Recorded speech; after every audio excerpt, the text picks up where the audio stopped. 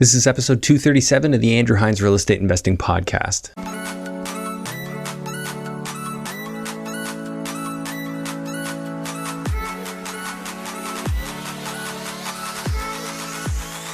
This episode is brought to you by Control and Compound Financial. They teach real estate investors how to multiply their wealth using infinite banking strategies. For a complimentary wealth coaching session or to learn more, visit www.controlandcompound.com/Andrew Hines. Welcome back to the show. Today I've got an old friend and former bandmate on the show. We actually used to play in a band together called Sound as People. You can still find that on YouTube. Anyways, so he touched base with me. I haven't talked to him in quite some time. Haven't seen him in I don't know, 12, 11 years, something like that, like a long time. And I just thought it'd be interesting to have him on the show because he's kind of been one of those sticking his toe in the water real estate investors where he's done a little bit and actually done some impressive stuff too. He recently bought a property in Florida, South Florida, and he's renting it out on Airbnb and also using it as a vacation home.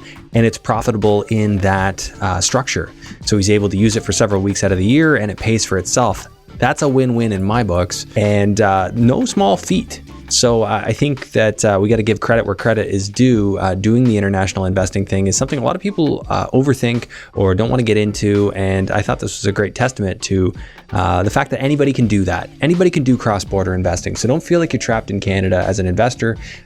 It couldn't be further from the truth. What happened with this episode is it basically turned into a bit of a coaching back and forth. So a lot of the conversations I'll have with my coaching students are really in the same vein as the discussion that was had on this episode.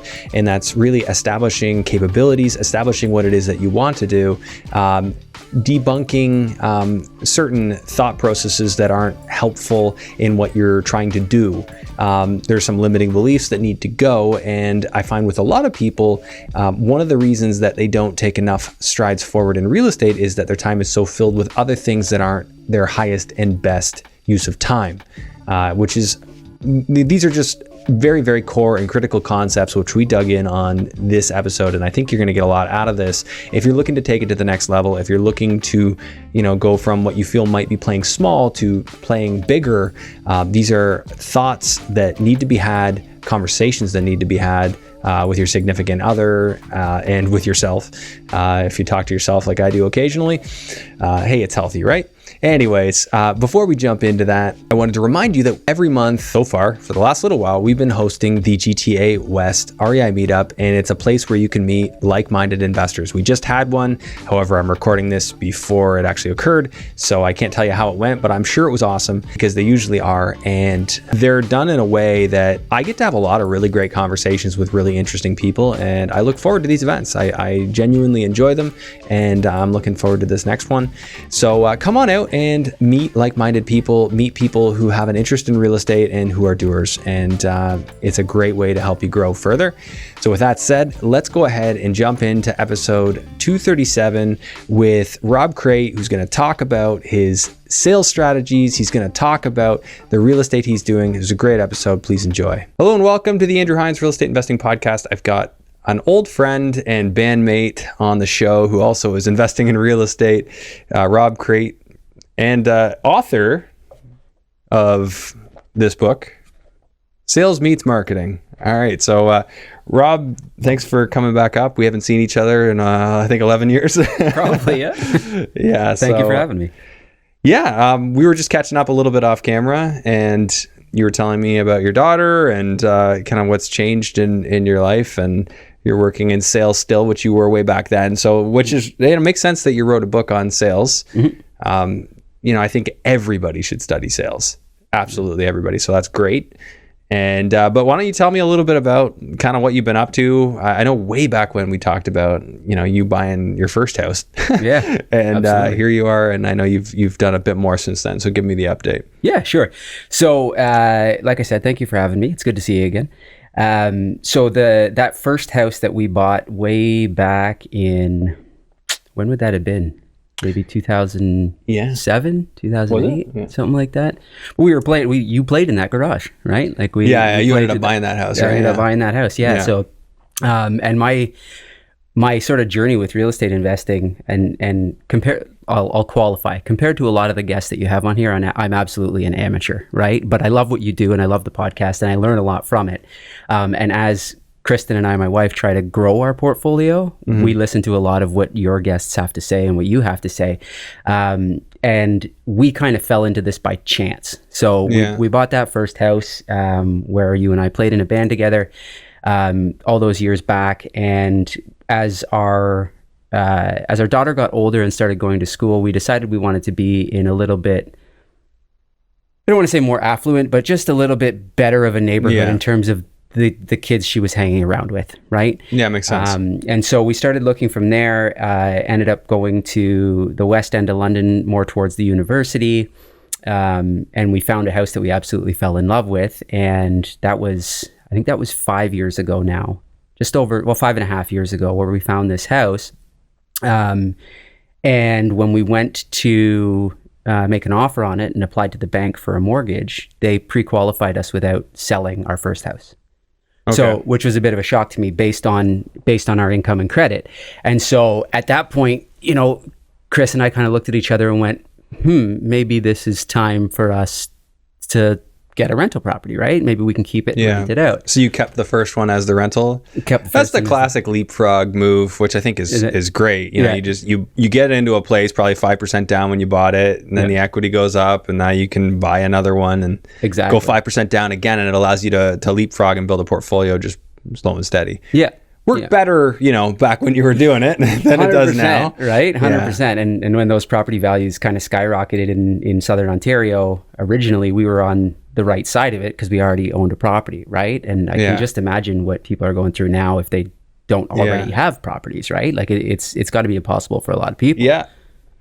A lot of them won't own properties going forward. And I've we're about the same age. I've still got friends right now that are having kids that are renting, and they don't know how they're going to get into the market, right? Most likely won't at this point, unfortunately. Yeah, which is really sad, right? And even people that are in let's say downtown Toronto right now, there's only so far away you can get that property values are still high, right? So. Yeah, now where can you really go that it's like cheap? Like I know my how do I put this? He's my father-in-law's stepson.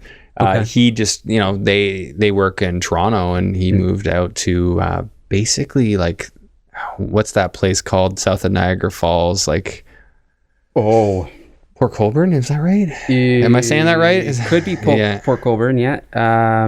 Or I might be getting this wrong. Welland, or there's south of there on Lake Erie though, like where the Niagara River starts. Yeah. Anyways, and got a lot more house. He was mentioning he got a lot more house, but how much further can you really go? Like you're saying, like there's a systemic problem in Ontario and a really good motivation to leave. But of course, people who've been here for a long time don't want to. Mm-hmm. Like you want to be able to stay here and stay around your family, right? 100%, right? And so anyways, to your point, I don't know how a lot of people are affording it now, and we just got lucky based on timing and where we were with our family to start. And then when so that first foray into being a landlord was kind of a roller coaster. We started because it's right by Fanshawe College in London, as you know. So we started with student rentals, and they absolutely destroyed the place, right? Yeah. Which is better for cash flow in theory. Not so much when you have to spend all your profit repairing the place to change the tenants. Yeah, and especially with the Fanshawe students, like that's a different animal. Like I wouldn't be good at being a landlord for Fanshawe students. Yeah, I just know it's a different system, different length of stay. Expectations are different, and then of course, like if you're not selling them on a high end product, they don't treat it like a high end product. Which you kind of. You got to be careful about that with the student rentals. For sure. Yeah. For sure. And I've known some people that have done well in the same neighborhood, but they were very particular about their tenants, right? And they were more doing postgraduate degrees, or they were adult professionals retraining or things like that, right? Yeah. And oftentimes if you get into the brand new student the first time they've ever left home and this is their first chance at freedom. Yeah, why would that go well? Right. Right. And I think and it was, part of it was a bit of a favor to, family and stuff. So don't regret the situation necessarily, but would have made a different one if I went back, right? And so when we finally got the place fixed up, we ended up moving to a company in London that houses mentally challenged and back to workforce tenants, and they're government backed. Interesting. Yeah. Okay. So we took a bit of a hit on rent, but now with that property, which has a huge lot, old trees, as you remember, right? Massive apple tree. It's a 200-foot deep lot. Now we always get rent on time, even though we're taking a bit of a cut on what we could get if we had students, but they also have a full-time maintenance person. So they do everything. So I don't get called for light bulbs. I don't get called for toilets. You know, I don't get called to cut the lawn. So I think it's a good trade-off that we've hit there. Is this like a legacy tenant? They've been there a long time for you now? Yeah. They've the same, well, it's an organization. So the organization is the tenant, yeah. The organization is the tenant, exactly. And so they can change their individual residence if they want at any time. They have to give us notice if they do that, just so we're aware. But yeah, the longtime tenant, they've never missed a rent payment, and it's consistent. Yeah. So similar idea to like what the Americans do, I guess, to Section 8 housing, like government assisted housing. Kind of, yeah. And some people don't like that. Like they don't like the idea because you might get a certain type of character in your house that you don't want. 100%. Yeah. Now, mind you, this is more, rather than Section 8, it's more charitable, right? Because the gentlemen that are living there are like elderly gentlemen that are mentally challenged. You know, one of them has trouble seeing, one of them's diabetic. So it's more like assisted living rather than sort of lower income and government backed housing. But you're right, it has its pros and its cons. So with that one, have you been doing the rent increases on it? We have been, but it's been tough. You can't keep up with the market rents with the 2%, you know, whatever. No, and it's been impossible. So what's the rent on it now? It's only $1,800. So yeah, 1,800, and that place could probably do like 25 to 3. Probably 25. 25 at the high end. 25 at the high end. Yeah, because it's a 3-bedroom legal. You'd have to change the basement windows to make it a 4-bedroom where we used to play. Right? Right. Okay. You'd have to change those windows to make it a 4-bedroom. And then even that for the student rental market, if you were going to do a 4-bedroom place, you're still about $600 per room right now. I wouldn't angle that as students personally, like knowing the house. So bungalow, your basement's tall enough to be its own unit, right? Yep. Is there access to the basement through a side staircase or the back staircase? Yeah, there is. Yeah, there's separate access. So you could separate that, make it into a legal duplex, and then now I believe we're getting to a point in London where there should be you should be able to do a garden suite. I don't know the exact restriction. I believe you're limited to, last time I checked, it was 10% of your footprint from your home, which would be next to nothing. But hey, with the tiny home technology these days, you could make a little tiny efficient micro space and turn that into like 3 legal units. That's actually a really good idea. Yeah, that would be my angle. I'd at least be looking into it. Yeah. I'd be looking into how can I add more income here, and then of course to do the renovation you would have the ability to I believe do like an N13, like you have to leave for renovations. Of course they're going to want to come back, so you know there's that. So you might not necessarily get rid of them, but I think that there's an angle there, and like just with that space, definitely worth asking or having a few conversations with zoning department in London and just seeing what they would be supportive of.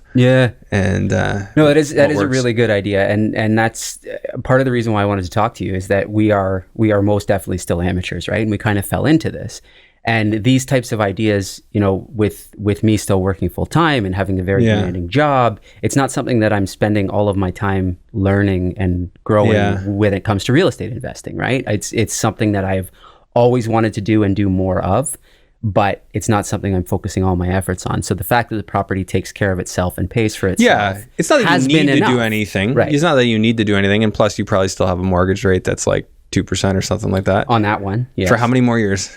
3 still. See, that's the thing. Yeah. You know what happens at the 3-year mark? I guess you probably have never refinanced it. No, I did to buy the new house. Right. Okay.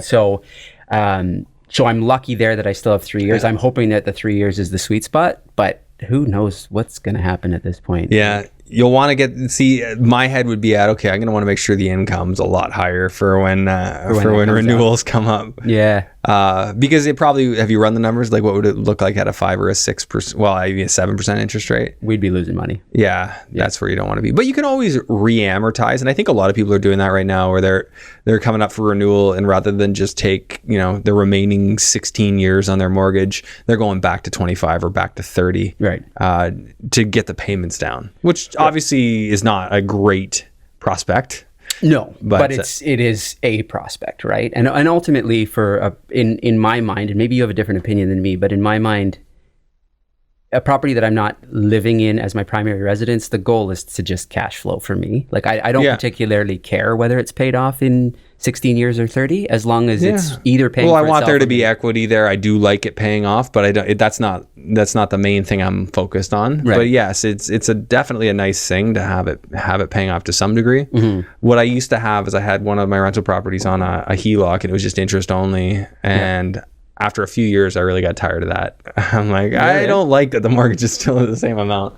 Yeah, fair enough. So were you not in that property? Were you not using any cash flow to pay down the HELOC? You were just doing your interest-only payments? Yeah, I was just doing interest only. That one didn't have a ton of cash flow. Yeah. And I just wanted to keep a buffer. That was like early on. Yeah. One of my first 2 properties, and I didn't have the right approach. Like now I look at it, if I'm going to own a property, like each property is kind of its own business. Right. And you don't start a business without having operating capital in the account. But early on, I just like, hey, I got enough to buy the property. Oh, wait. Right. What about, the cash to, service the mortgage payment until rent comes in, if rent's late or something like that? I made those classic mistakes too. Yeah. Not really thinking about them, until you get into it, and then you realize, oh yeah. And then I went, extreme the other way, and I'd let my accounts grow to 20K per property. Right. And then you're wasting capital. It's kind of inefficient in that way. And I think I've always been that way since. Like, I like to have extra sitting around just in case. Even though it's inefficient, even though I'm paying even private money in certain circumstances, like high interest rates, to me, it's like, it's worth it to have access to capital. Yeah. Be flexible and be able to sleep at night. Right. Which is understandable. Yeah, everybody's got to be able to, right? And for different people, that looks different. Yeah, totally. And I think that's where we are now is where you were 12 years ago. You know what I mean? Like we're making the same mistakes, learning on our own, which is what we need to do a better job of. Things like trying to maximize income on the property rather than just letting it pay for itself and growing equity, right? Yeah, didn't you reach out, like I think you sent me a message or something, and I said, oh, you should check out this group, and you checked out a group, and then we ended up talking about the podcast. I don't think you were aware of the podcast back then. Yeah, probably And then you started listening to it, I guess. So yeah, I mean, if you just listen to the people who come on here, you'll get a million ideas. Oh, for sure. Yeah. But as you've pointed out, you've got a daughter. I mean, I think she's less work than a newborn or a toddler, but I don't know. Yes. And then, you're working full time, which I think a lot of people, specifically even people who I'm coaching, like we're working through, like, what are your capabilities right now to grow? Mm-hmm. Like, how much time do you really have to put into something? Yeah. And the unfortunate truth for a lot of people is like, now you're going to have to make like little sacrifices, while you're working. Like having those conversations with the people in the city is well worth it. If you can ever sneak in on a business day, of course you got to go in like, midweek on a business day. Yeah. But they're the ones that'll say, oh yeah, we get applications for this all the time, or here's something that I've been seeing get approved. Right. Like the little things you pick up when you go in, you just, you don't really get them otherwise. Yeah. Yeah, no, it's a very good point. So worth making the time for. Yeah. Whenever you can figure out how to squeeze that in. Yeah, no, absolutely. So tell a little bit about your life schedule, because I know, a lot of people are going to relate to this. Mm-hmm. So like, how busy are you on a day-to-day basis? What's your typical day look like? So I'm a product specialist at a medical company, and I cover the entire country for what I do. So it's extremely demanding. Yeah. I was taking a look at it recently, actually, and last year I spent 125 nights in hotel.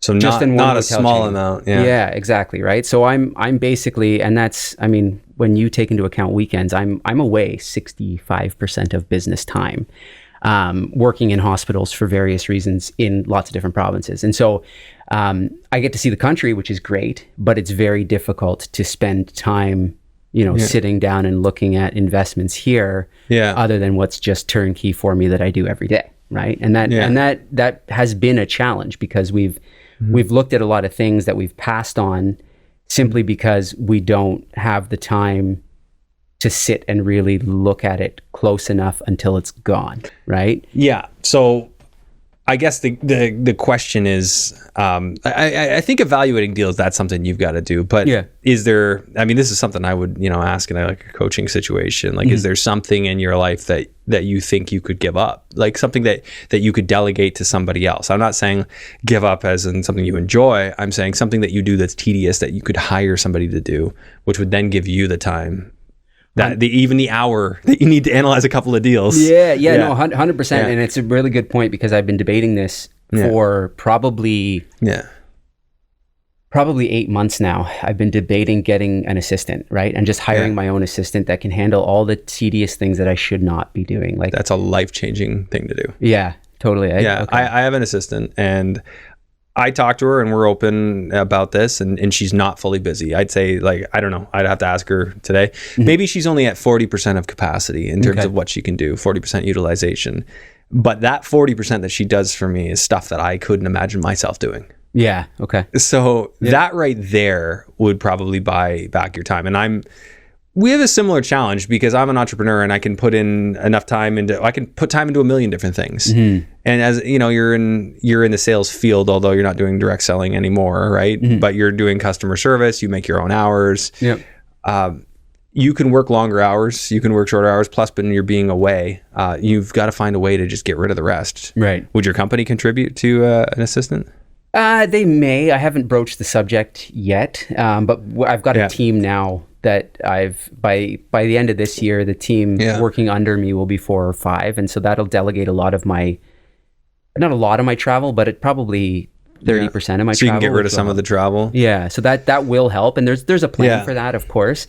But you're right; it's the tedious things like booking travel, even, right? Like, we have a travel agency, but I still got to figure out my own flights. I got to figure out where I want to stay. I got to figure out, where the gym is versus the hotel versus the, right? It all takes, and that's thought all and stuff time, that's right? and I get it. Like, that seems so simple, and somebody listening to this be like, oh, that's such simple stuff to do.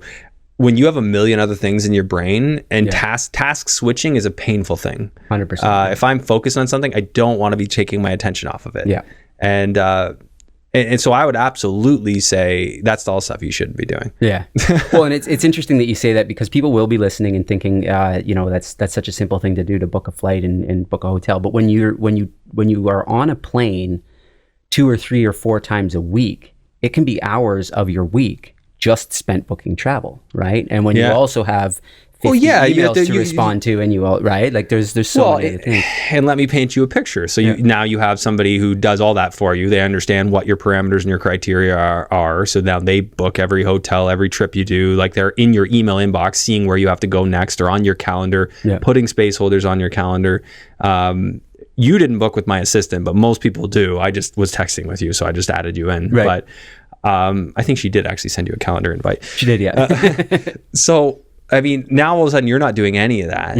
Now you have all that time, and plus your assistant can go into your emails and pre-screen them for you. And I have Jane go into my inbox and find anything that's an invoice, and she puts it on a list for Thursday payments. So every Thursday we do payments, right? And so I don't have to fill my head with that. That's one less thing I need to worry about. And I think it's the big thing is taking away the worry that something might slip by me. Yes. And having a process and a system set up to take care of things. And it does need your oversight, but you can buy back a lot of your time. And now, boom, now you got time to start looking at deals and to start doing stuff. And this is something that I'm working on with one of my students is like, he just needs to get his time back. Like, we're talking, you want to grow, you want to do all these investments. First step is we have to get your time back. We've got to find a way to do that. Yeah. And hiring is one of the things I waited on the longest. I'm guilty of this. So speaking from experience, it took me a long time to get to the point, I had to get to a breaking point. Right. And then I finally did. Yeah, but you're not at that, right? Like, well, I'm pretty darn close. You really have to like just burn out and say, I'm ready to quit if I don't do this. Right. Yeah. And it's funny because we've been working towards this, with my family for basically since COVID, is how do I get more time at home, and how do I get more time to work on our long-term goals, right? Yeah.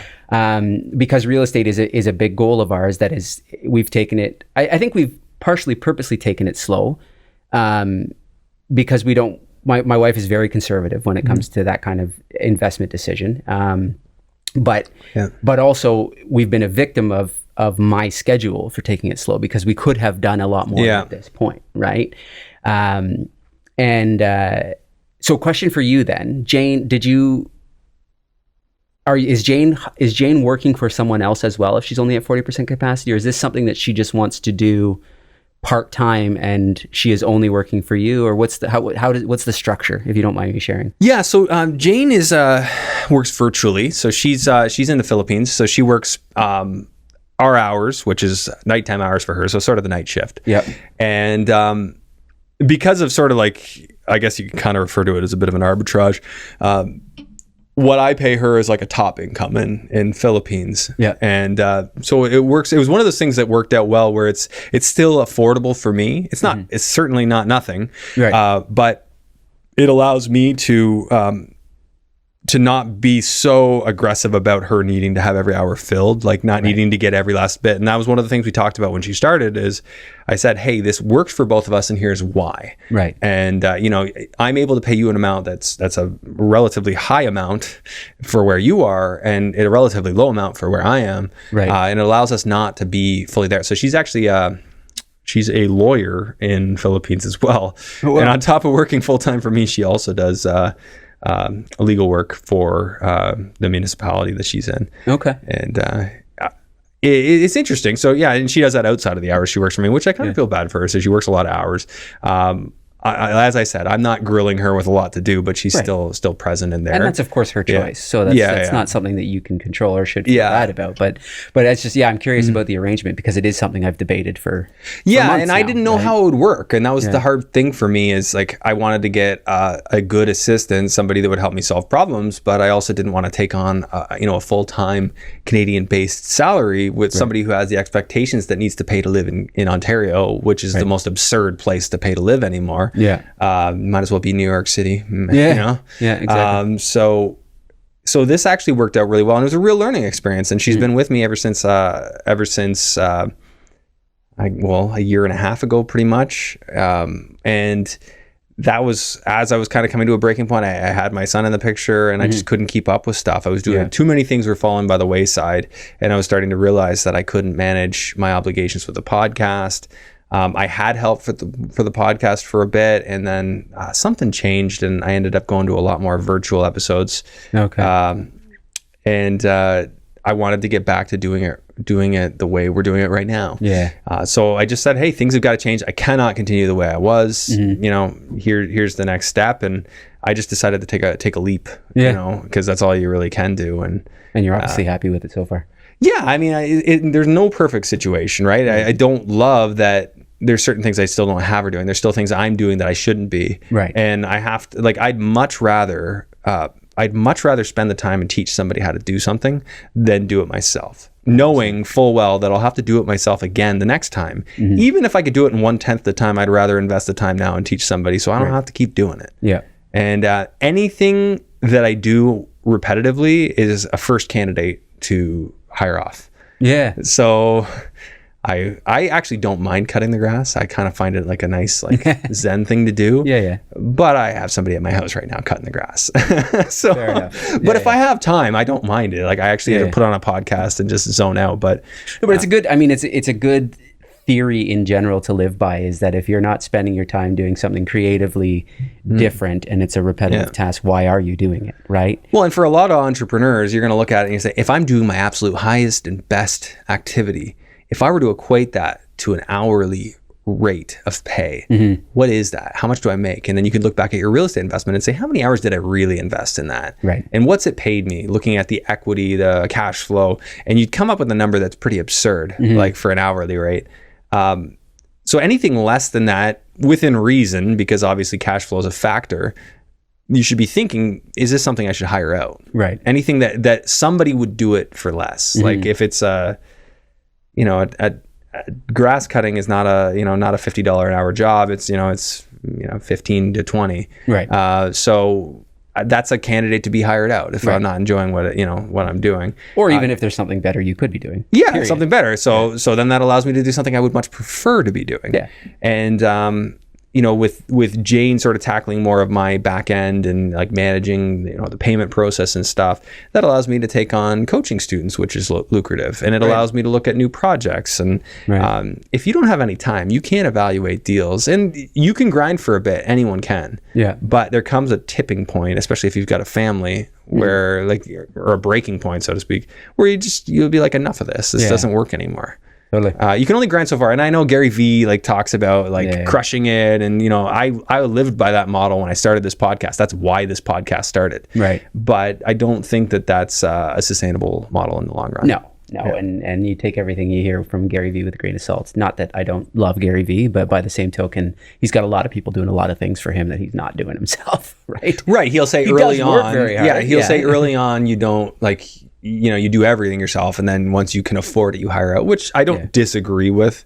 But there is that inflection point where you do have to take the leap of, does this make sense for me to do anymore? Because there's so many things that I could be spending my time on that are higher value. Yeah. Why am I still doing this? Right? The only difference I think with you is will your job pay you more if you have more time available, or if they pay for your assistant, are they going to expect you to fill that time with X, Y, and Z? Right. And the answer is no, because I'm in a very unique position where, as long as I'm paid on results, so as long as the results come through from a revenue perspective, I'm going to get paid. Are you salaried too, or just salaried but very low? Low salary but high bonus. Yeah, well, it's mostly commission based. So my performance or my compensation is directly tied to performance.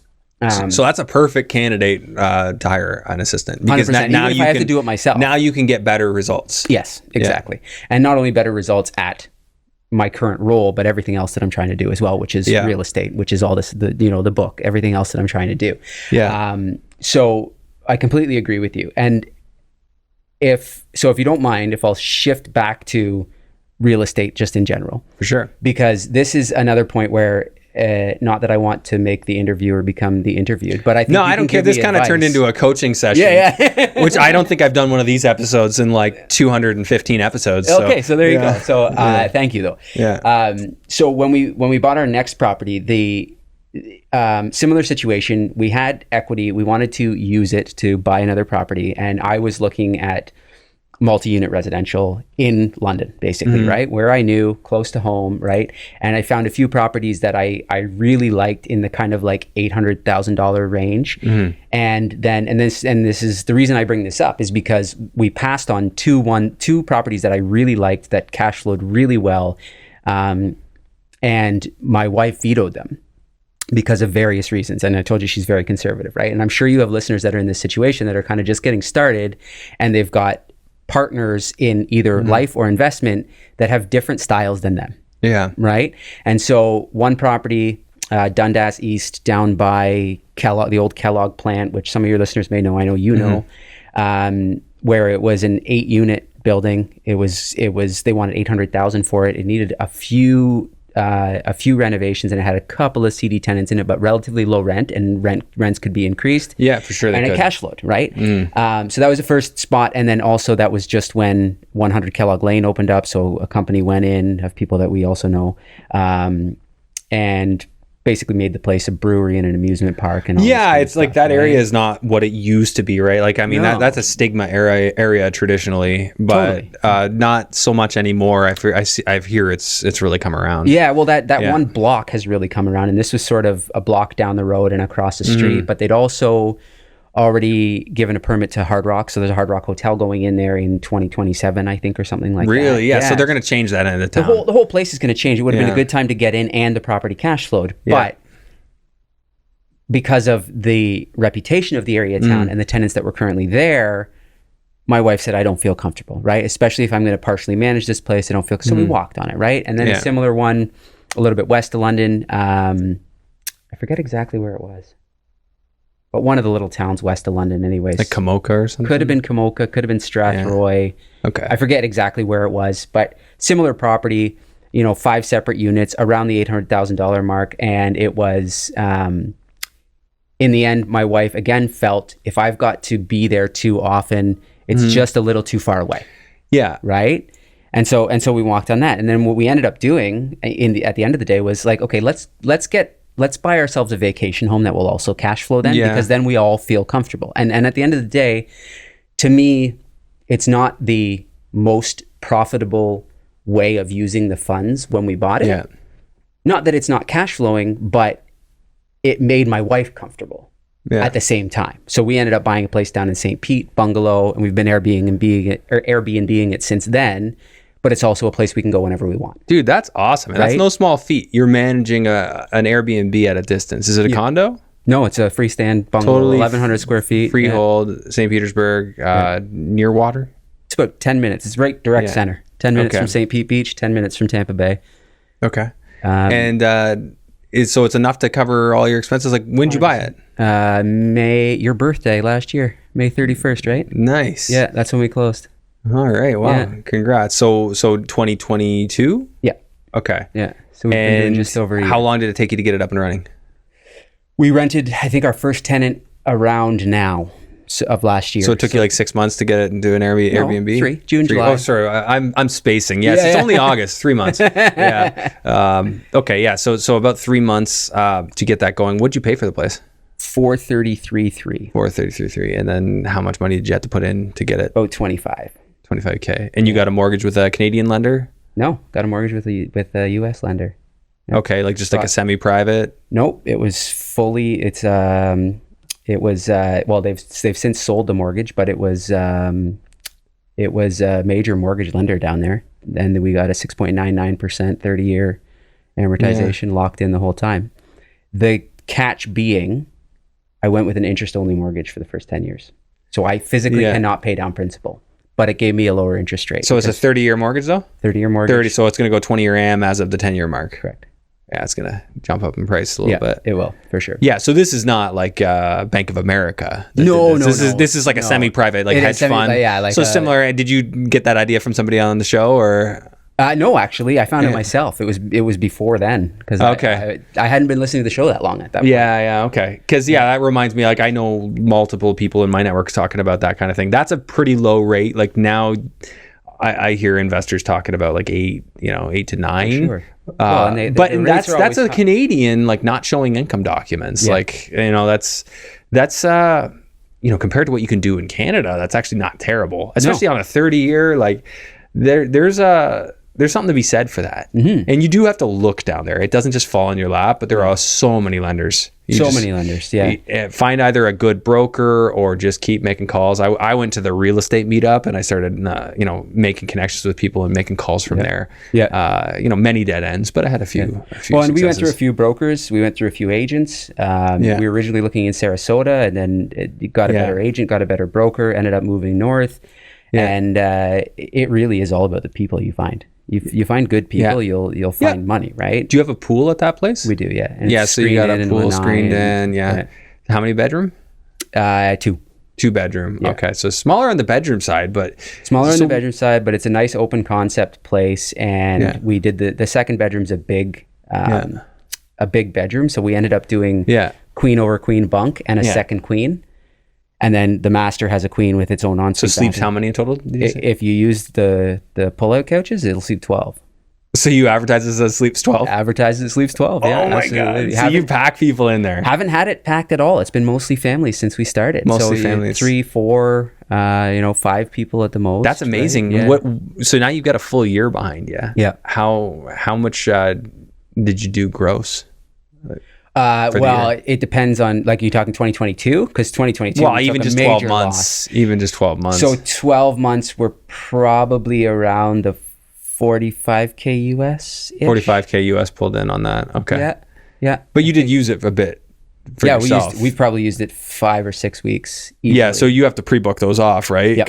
Or do you just look at the calendar and see what's open and then go down? No, we usually pre-book, because I've got it running on a 12-month lead time, right? So people can book it for this time next year now if they want to, which I'm debating changing, because sometimes, all of a sudden you're like, we'd love to go down for, a week in November, and it's booked, right? Yeah. I think that from, people I've talked to, you just book it for the time you want. Yeah. And And see, it's interesting. Like, I mean, I think a lot of like people who are in a group of 12 would probably look at that and say, it's a bit small for 12. 100% they would. But having the flexibility to do so is pretty key. Well, So, and the big thing is when you're, as a consumer on Airbnb, if I'm looking for a place to sleep 12, at least my property is going to show up. it's going to show up on a and search. it might be the only one. Oh, yeah. Right. And once you get awesome. Superhost, you're top of the list all the time. So we're booked solid for months. So on 45 grand a year, like how much cash flow are you seeing on average per month? Right now that we're at the sort of that point where we're Superhost and we're it's going to be better kind now. of rolling. Yeah, we're about $1,000 a month. Yeah. Which is good in my opinion. And have you looked into doing, like, are you on VRBO or just Airbnb? Just Airbnb. Yeah. And we haven't done VRBO just because of the fees. Because the fees are so Is it much worse? higher. Oh, way worse. VRBO is 16%. Airbnb is 3%. I did not know that. Yeah.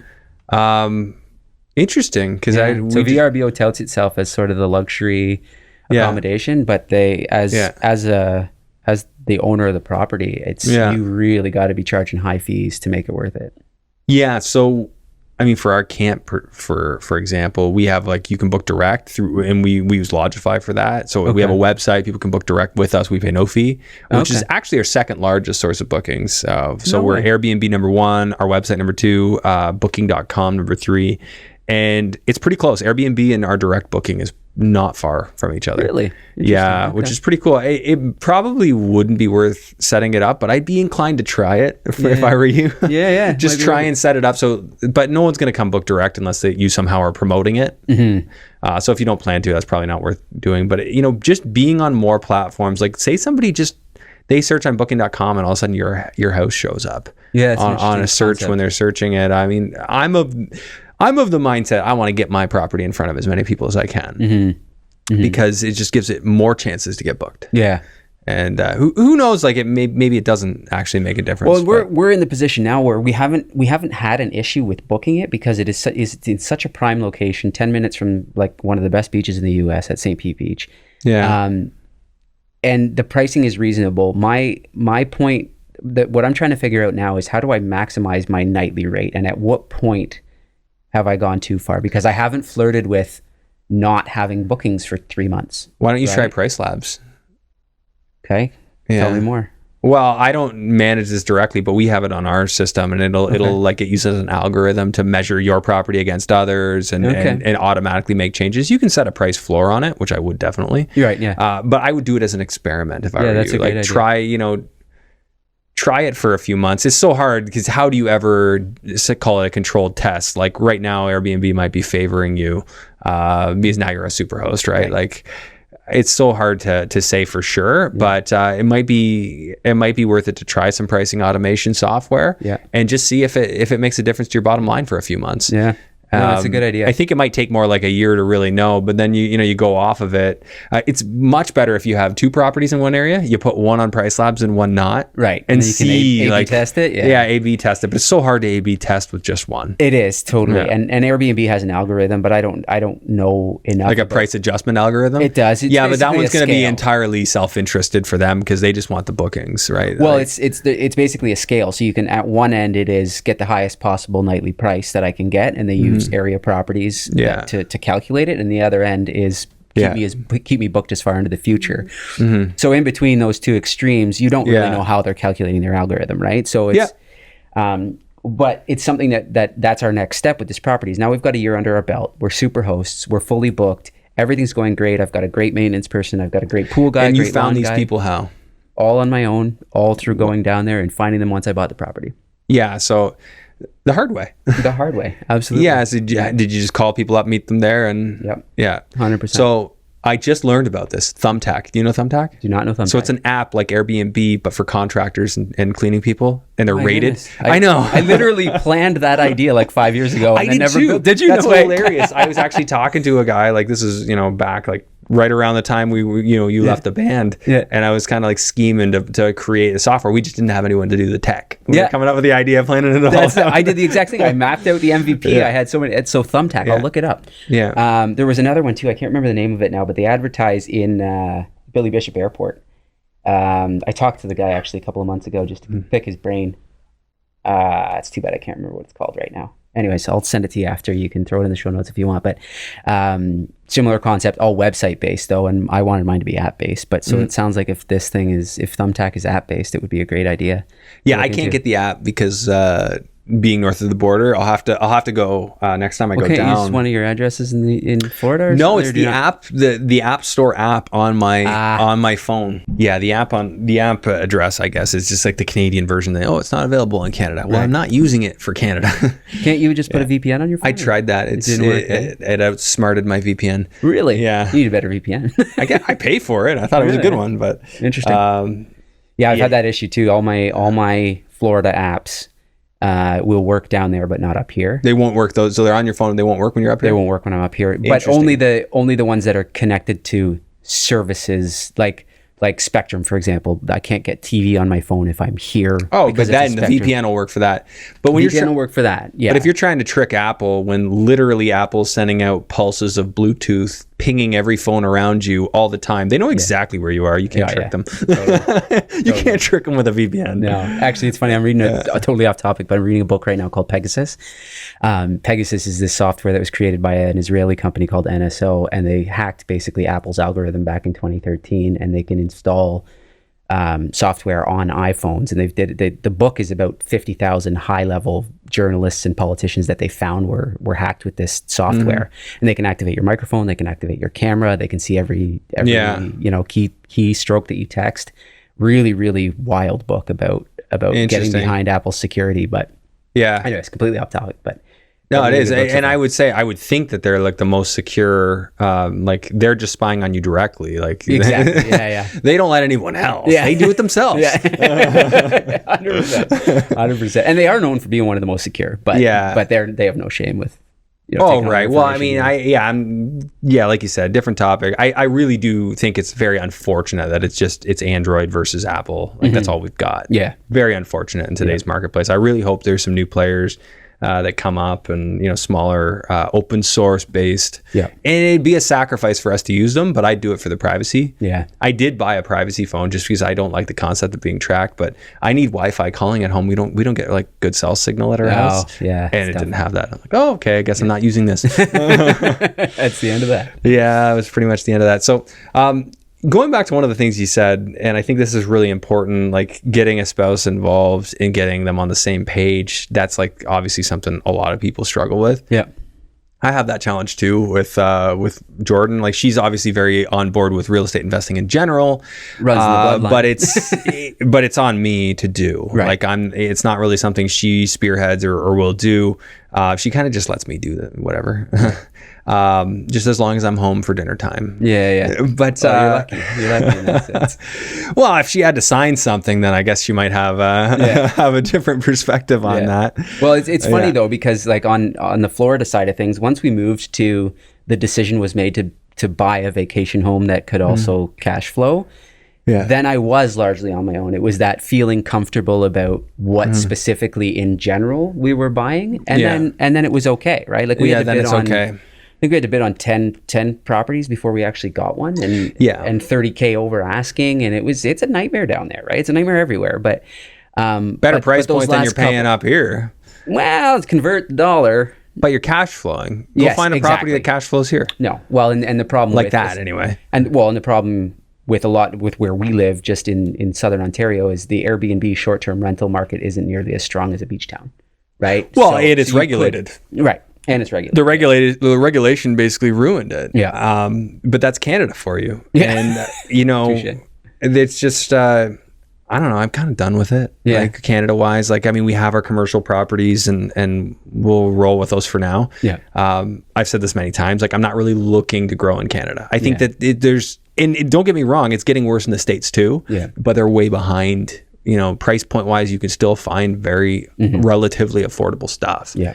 And I'd like to do that. I'd prefer to spend my time in markets where people can still make sense of the numbers with their salary. Like they can say, hey, there's still a way to make this work. Yeah.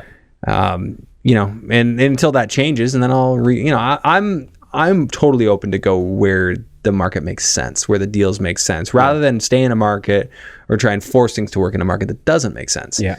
And I think a lot of people, they don't want to invest in a distance, but you've already done that and proved to yourself that you can do it. So, And surprisingly, I mean, we made a lot of mistakes. I will continue to make mistakes, but it's not as hard as you think for those who haven't done it. The fact that you just did it that way, that's incredible. Like that's something that a lot of people, very experienced real estate investors, won't do. Right. Like even I have one that I have listed right now, which I was originally intending to keep as an Airbnb, but I wasn't sure how it would perform. And I saw some data that said, I'd really have to be crushing it for it to be worth it to me. Yeah. And I just said, you know what, I'll just let this one go and pick a better market or a better specific area for an Airbnb. But I could have, and I could still, but it sounds like a lot of work. So I was like, do I want to do that? Well, and it's just, it comes with all its own expenses, that especially for someone at your level where you want to cash flow, something that would seem incredible to me would be unacceptable to you from a cash flow perspective, just because you've done so many. Not on a one-off. I think the thing that becomes unacceptable is the pace of slow acquisition. Right. That's what becomes unacceptable. It's like, yes, I mean, a house cash flowing $500 is totally fine. Can I buy 10 of them at one time? Right. How do we do it at scale though? Yeah. Right. Because how will you scale and grow?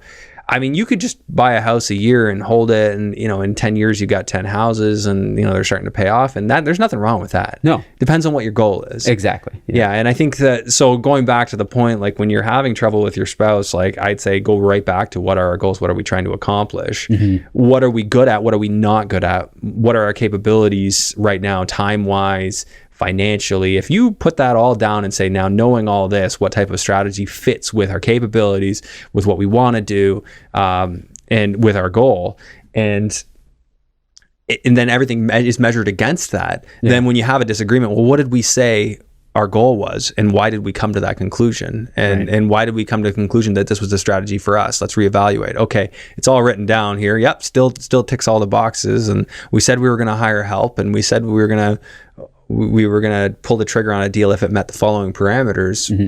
I think that kind of thing helps you get those deals done. No, it's very good. It's very good advice for sure. Yeah, like it's something I actually used to do back when I was teaching at Western. Is we'd like the marketing report, or general strategy, and anything in any business writing, it's always like you come up with your own internal analysis and state what your capabilities are, and then when you're doing your business plan, it's always about relating back. Well, we said these are our strengths, we said these are our weaknesses, and here's how we're compensating. And I think some people, like, they get so excited about going and buying a property. Because cash flow sounds great, but if you can bring it back to why that's important for your situation, how that fits in the current, in 5 years and 10 years, how you're ticking all the boxes for your short-term money, your medium money, your long-term money, you're going to have a lot less resistance with your spouse if you can kind of just bring it back to what you guys agreed on. Totally. So that's something, I know many of my guests have expressed that, they have trouble, like, or, it's them on their own, their spouse doesn't really want to get into it. That's a way to kind of help bring them in a little bit, and, or at least have their support. Define the goals and work against them rather than just looking. Tell me about this real quick. So, and I want to know, top sales advice and why somebody should know it. I'll tell why I think people should study sales is, are you ever trying to buy a house and trying to get a good deal? You're selling that person on selling to you. Are you trying to negotiate a vendor take back mortgage so that you can pay less interest? You're going to want to know how to sell that proposition. We use sales all the time, and one of the most valuable skills anyone could know, I think. So tell me about the book. So, well, the book came out of, again, a bit of an accident, just starting to journal about my career in sales over 20 years now, and marketing as well, sales and marketing, and kind of how they bridge the gap and between the two. And it just started as, every position that I was in sales, what did I learn from that position, and what, if I were going back to the beginning, what would I tell myself 20 years ago about each position and what I learned at that position.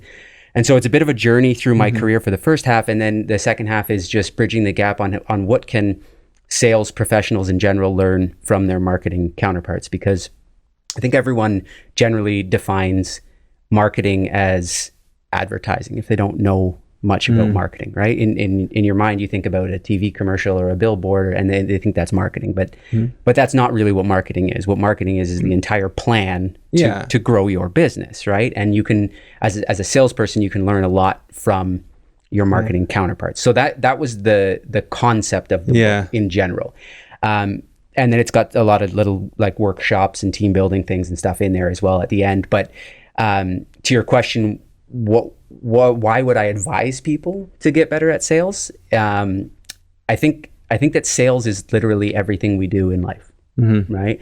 And I think that the really good sales professionals that you deal with, you don't feel like you're dealing with a sales professional. Yeah. Because they are providing value to you. Yeah. Right? And so if you can learn in every interaction, not necessarily if you need something from that interaction, but if you can just approach every personal situation you're in with providing value to the person that you're with for whatever they value, you're going to perform better in everything you do. Yeah, that's a very good point. I heard this as not specifically relevant, but I heard this said that sales is a transfer of enthusiasm.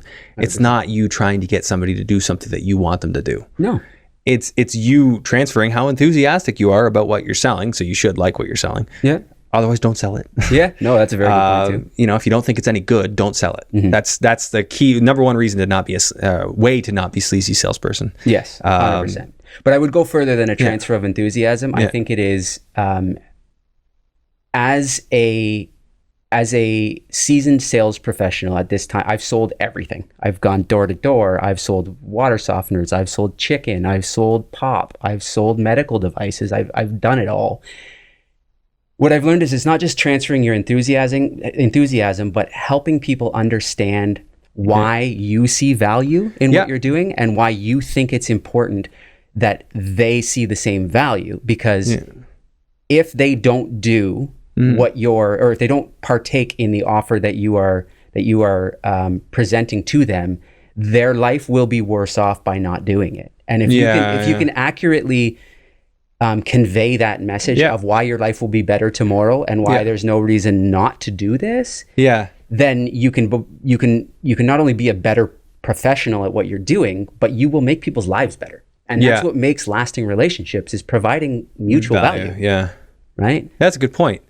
I mean, relating this to real estate investing, like when you're raising private money, for instance, selling somebody on the idea of lending money to you. Right.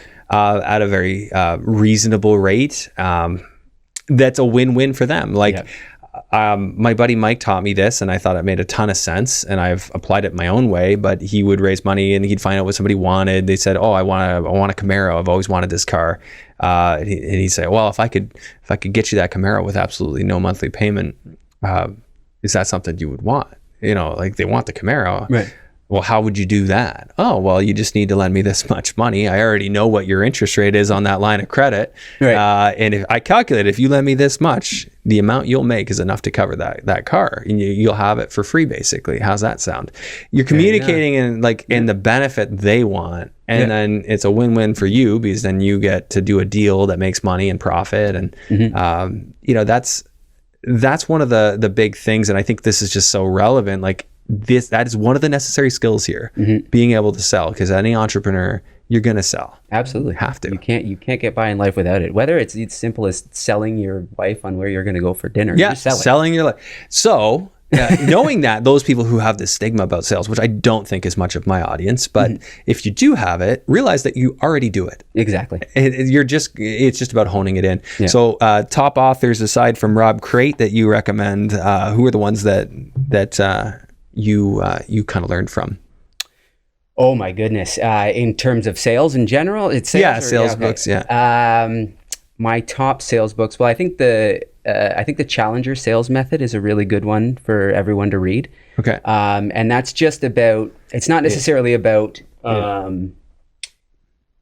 I would say take it with a grain of salt, in the sense that it's more about concrete skills. But what it teaches you is how to push a conversation a little bit further and try and push someone to do a little bit more than what you're comfortable with. So it gets you out of your comfort zone. That's why I really like that book. Oh, cool. In general, it's the Challenger Sales Method. And then anything by Zig Ziglar is just really inspiring to read. He's a really, really cool guy. Anything by Bob Proctor, really good. Bob Proctor. Well. What about Brian Tracy? Yeah, Brian Tracy's great too. Yeah, that's why I started with Brian Tracy. Is it? Yeah. And then I mean the Jeffrey Gitomer has the Little Gold Book of Yes. Jeffrey Gitomer's good. One of the the go-tos that I think everyone should read regardless of what you do at all in life is How to Win Friends and Influence People. I knew you were going to say that before you said it. Yeah, 100%. That's a great book to read. But it gives you such perspective on 100%. Things. Just the way your interactions with people go, things you're doing wrong, it will change your behavior. If you read that book cover to cover, it'll change your behavior. 100%. Yeah. And it will make you a better person for the people around you. Yeah. I honestly feel like I need to. I haven't listened to it. I listened to it originally. I haven't done that in probably like since I originally listened to it. I kind of want to do it again. There you go. Yeah. Another really good book too that is kind of outside of sales, but I think is relevant to your audience that I read recently is The Lords of Easy Money. Okay. Really, really good book that goes through the history. It starts, in the history of the Federal Reserve in the U.S., way back when it started, and then goes through the financial crisis of 2008 and how the government increased the money supply by 200x, and continues all the way up until present day to really understand better interest rates, supply of money, how this is all controlled, why they're doing what they're doing. And it's a really eye-opening book when it comes to this side of the world where you're trying to invest and you're wondering what's going to happen in the future. It really gives you a nice picture of what's happened so far. Really, really good. Interesting. I'm not sure if that just depressed me, but I really do. Like the more I've thought about it, I think fiat money is I don't think slavery really ended. I think that slavers just got more clever and they created the fiat money system to basically create slaves because they print money on your back. When they print money, they steal your buying power. Yes. They print it out of thin air. It's it's just pulp and paper. 100%. And now all of a sudden they've stolen your blood, sweat, and tears that went to generate dollars in your bank account. And then they raise interest rates, and that's another tax on you that they're doing because they're stealing. Like interest rates are literally designed to soak up excess cash. Yep. Any extra money that you might spend on a meal out or something, they want to suck all that up with your mortgage payment so that you got no money to spend. Yep. And then when you sell that property that you have a high mortgage on, they want to get you on the capital gains on the currency devaluation, 100%, which I actually find comical at this point. I find it hilarious that anybody thinks that these people should be taken seriously. That's kind of where I'm at with it. And I don't mean that to be a black pill. I just mean that the sooner you realize they're clowns and they are not looking out for you, you'll make wiser decisions. Yep. And you just, you go out and you realize, hey, I got to do it in spite of them. I got to go out and make my situation 10x better than the average person because that's what it's going to take going forward. Yep. And the beautiful thing about the community around this podcast, the people I've met, is like they're not excuse makers. It doesn't matter how hard the situation is. You're not a victim of circumstance. There's always a way to be successul. It just gets harder. Absolutely. But there's also other ways where it gets hard in your area and you pivot and you go somewhere else where it also becomes easier. Yeah. So I mean that in a positive way. Let's learn and then be productive with what we learned. Yeah. Dude, this was a cool episode. Oh, thanks, man. Yeah, I'm really glad you had me here. Thank you so much. I haven't done one like this. I think like episode 6 we had Aaron on and he just asked me questions. Yeah. But it's good because you've done international investing. You have a really relatable story for a lot of people who listen to this. Any advice for people who are just coming to it now and just about to get started, kind of where you were 10 years ago? Any advice? Well, I think if you're debating doing it at all, do it. I mean, no matter what you do, you're going to run into issues that you did not foresee, and you're going to make mistakes, and you're going to kick yourself for doing it wrong. But the only way you learn is by making mistakes and getting dirty, right? I think people spend too long wondering what to do rather than just making the wrong decision and figuring it out. Yeah. Any decision made is the right decision versus not making one. Well, I'll relate it to what you did in Florida. You knew about 80% of what you needed to know. I'm sure you ran the numbers and you saw it could be profitable. Yep. But you didn't know who would clean the place. You didn't know who would do maintenance, who would manage it, how you'd manage it. Nope. You probably had never been on Airbnb before. Nope. But you knew you could learn all those things. Yep. You knew the 80%, the 20% you had to figure out. Great story for you there. Yeah. The maintenance guy that is still working on our property, we met at the hotel when we were there closing on the property. He drove into the parking lot with a magnet on his truck that said, "We buy houses cash." Yeah. And he got out of his truck and I said, "How's business?" And he goes, "Oh, well, we're kind of getting out of that. We moved down here just to work on my construction business. You want to see some of my recent renovations?" Yeah. And he pulled out his phone and I said, "You want to come check out my property?" And he's been working for us ever since. That's great. Right? Yeah, man. You just talk to people and every once in a while, you sold them. Yeah. Yeah. Or he sold me. Who knows? I don't know. You sold each other. Exactly. Cool. So where do people find you? Where do they buy your book? Books on Amazon, if you want to Google it there, Sales Meets Marketing, or you can go to salesmeetsmarketing.ca. We've got a website up there. You can find me on Instagram at RJCrate. Reach out anytime. Happy to talk. Awesome. All right. Well, thanks, man. Appreciate you catching up. Me. There are a lot of people out there talking about the infinite banking strategy and whether or not it makes sense for them. To find out what it's all about and if it's a fit for you, visit controlandcompound.com/Andrew Hines, where my audience can gain exclusive access to books, podcasts, and webinars tailor-made for real estate investors.